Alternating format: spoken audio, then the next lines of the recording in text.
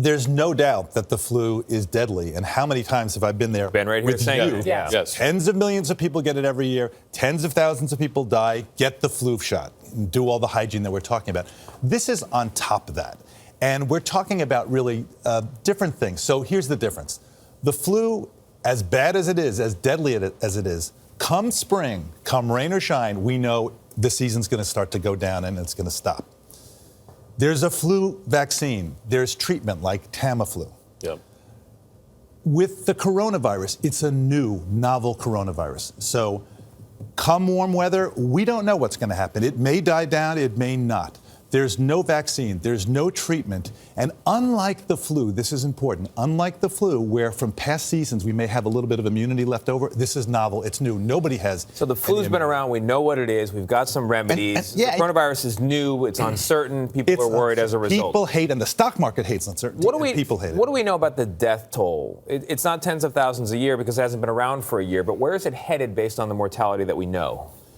I think it's too early to tell that, and I'll tell you why. We're seeing mortality rates that are going from less than 1% in South Korea, where they're testing a lot of people, almost 200,000, to 4%, something like that, in other areas. And I think a lot of it has to do with how extensive the testing is and where they're catching the people. If you catch the people, you're not doing a lot of testing, and you catch them when they come in when they're sick, the mortality rate's going to be higher.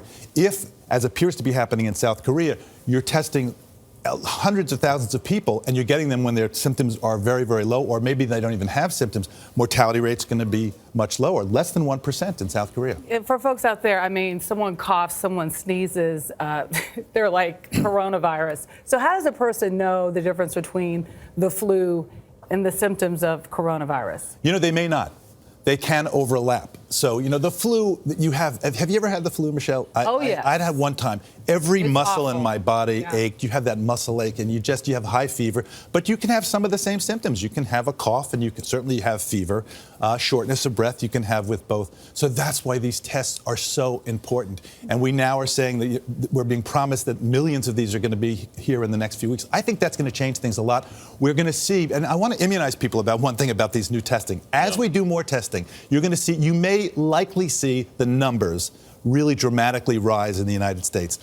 On the one hand, we don't want to see it widespread, but it's very possible that that's what's going on. And when people see these higher numbers, then the mortality rate is going to drop, right? Because you're going to have a lot of people who have minor symptoms and who. So the drop in mortality rate might be reassuring. Don't be rattled by the higher numbers. Don't be rattled by the higher numbers, which really I want to immunize people. Because the issue is we just haven't tested many people here at all. We don't know, and it's like flying blind right now for me as a doctor. People come in. I've had so many phone calls in the last couple of days about this. We need the testing.